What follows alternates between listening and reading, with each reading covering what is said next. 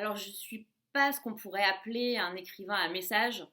J'aime même pas tellement le terme en réalité, mais c'est vrai qu'il y a quelque chose qui est présent aussi dans Celle qui marche la nuit, qui est assez fondateur dans mon travail, et je m'en rends compte avec le recul, parce que c'était pas tout à fait une volonté au début, mais après quasiment 10 livres, je suis bien obligée de me rendre à l'évidence. Il y a très souvent cette notion que le mensonge, que le secret est quelque chose qui empêche de vivre. Et que la vérité, aussi dure soit-elle, sera toujours moins destructrice que les secrets et les mensonges.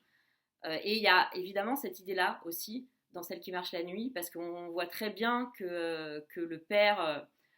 d'Arnaud, en voulant protéger son fils et en voulant protéger aussi son statut de notable, a décidé de masquer le crime de son enfant, et évidemment n'a pas du tout rendu service à cet enfant, parce que ce pauvre Arnaud est contraint de vivre avec une culpabilité à perpétuité, on pourrait dire,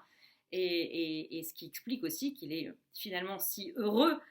d'une certaine manière, de finir par se dénoncer, par raconter la vérité, parce que ce fardeau lui est enfin enlevé.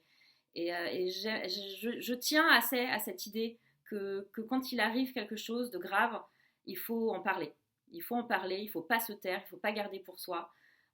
parce que ça fait de toute façon, quelles que soient les conséquences, du bien de dire la vérité, à mon sens. Et si message il y a, c'est cette chose-là de si on vit quelque chose de grave, s'il nous arrive quelque chose de grave, il ne faut pas se taire, il faut en parler.